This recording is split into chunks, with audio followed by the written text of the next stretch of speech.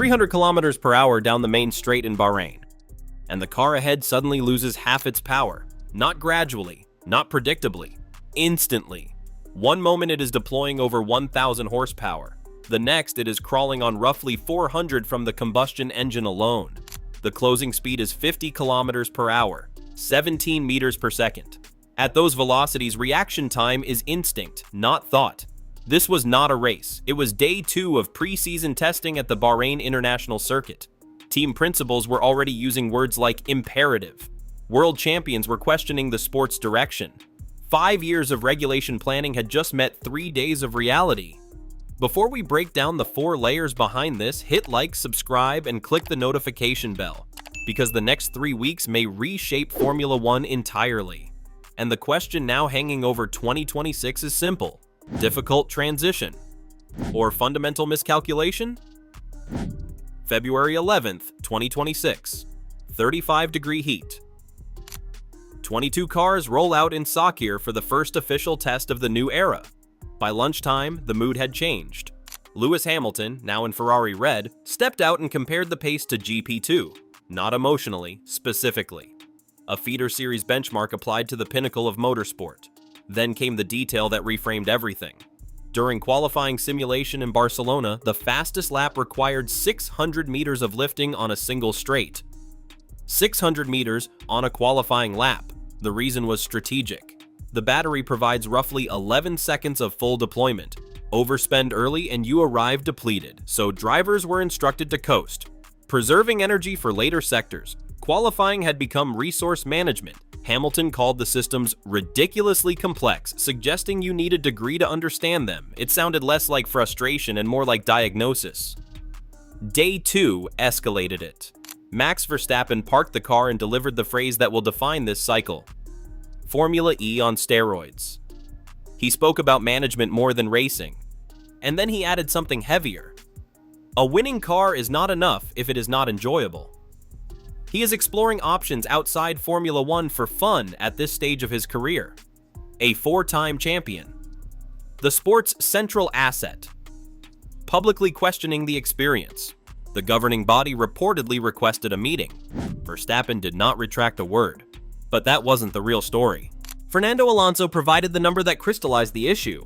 Turns 10 through 12 in Bahrain, historically flat out, are now taken 50 kilometers per hour slower. Not because the car lacks grip, because the energy penalty on exit costs too much down the straight. The math punishes bravery. Alonso, 44 years old, said even a chef could take the corner at that speed. Then he added the deeper cut. The driver's role is dying. Charles Leclerc pointed to overtaking difficulty, saying energy deployment outweighs wheel-to-wheel instinct. Oscar Piastri warned race starts are a recipe for disaster. Oliver Behrman, 21, described consecutive energy management laps with one word: sad. Contrast that with reigning champion Lando Norris, who called the car a lot of fun. When asked about Verstappen's stance, he responded, if he wants to retire, he can retire. 2 champions, opposite reactions, then the team data. Aston Martin completed just 206 laps, lowest of any established team. Lance Stroll managed 36 laps on day 1. By the end, they were 4 to 4.5 seconds off the pace. Mercedes topped the sheets with Kimi Antonelli's 1 minute 33.669, but ran only 282 laps. Ferrari logged 421. Red Bull's Ford-built unit covered roughly 670 laps without major failure. Cadillac completed 320. The grid is already splitting, and dissatisfaction may not be the most dangerous part. Andrea Stella does not exaggerate. The McLaren team principal identified 3 hazards he called imperative to fix before Melbourne on March 8th. First, race starts. Without the MGUH, turbos no longer stay spooled between throttle lifts. Drivers now need over 10 seconds of aggressive revving to build boost for launch. In Bahrain, only 2 practice starts resembled normal getaways. Franco Colapinto triggered anti-stall. Piastri warned drivers would not lose 5 meters. They would lose 6 or 7 positions. Now imagine 22 cars launching unevenly, all with active aero and straight line configuration, which leads to hazard 3. The new active aero system replaces DRS. Front and rear wings switch between low drag straight mode and high downforce corner mode. Every car starts in straight mode, reduced downforce, minimal margin.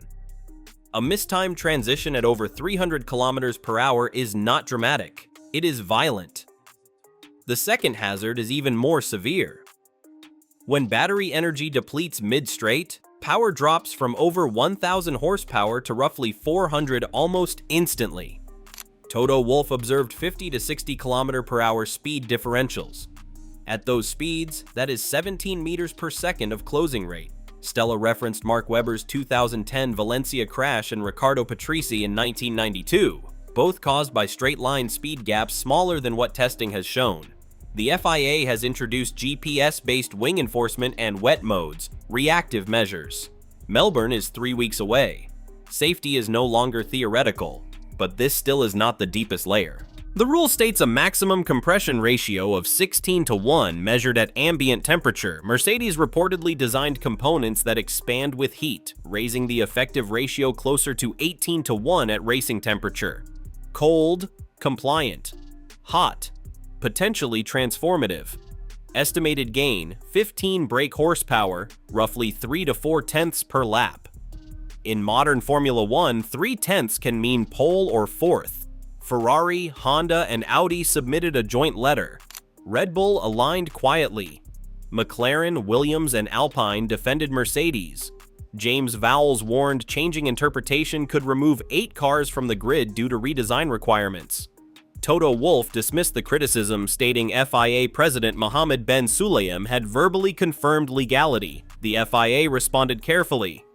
Ambient measurement is defined, but adjustments could be considered.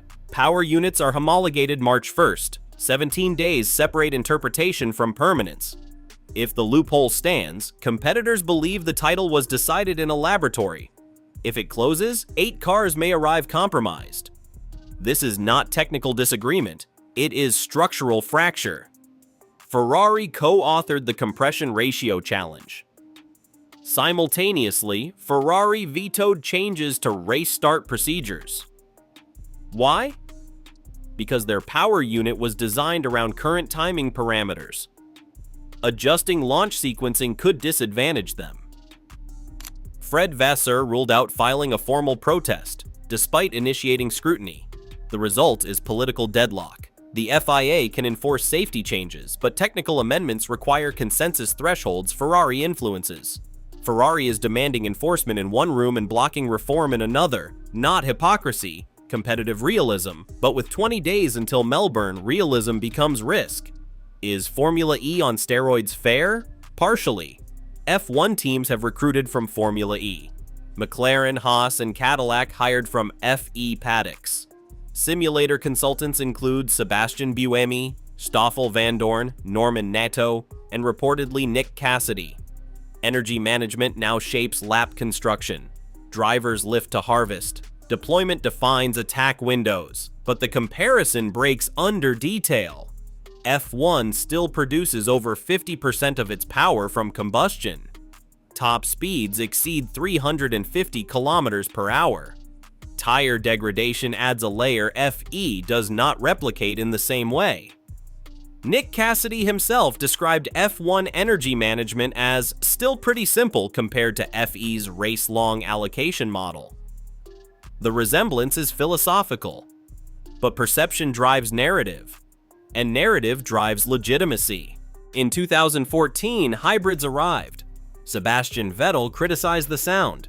Bernie Ecclestone opposed the direction. Fans declared the sport dead. Those regulations lasted 11 seasons and coincided with historic commercial growth. In 2018, the Halo was introduced. Lewis Hamilton called it the worst-looking modification in history. Max Verstappen said it damaged the sport's DNA. 2 years later, Romain Grosjean survived a fireball in Bahrain because of it. In 2016, elimination qualifying lasted 2 races before reversal. The pattern is clear. Unpopular but sound regulations endure. Broken ones are corrected quickly. FIA Technical Director Nicholas Tombazis says scenarios are prepared. A manufacturer catch-up mechanism exists. Adjustment is inevitable. The only question is timing. Before Melbourne, or after something forces it. Test 2 continues at the Bahrain International Circuit. Ferrari has introduced a Specification B upgrade. Aston Martin is searching for 4 seconds. Teams are determining whether Test 1 exposed design flaws or calibration immaturity. On February 19th, the F1 Commission meets mid-test. They have 17 days before homologation, 20 before lights out in Melbourne.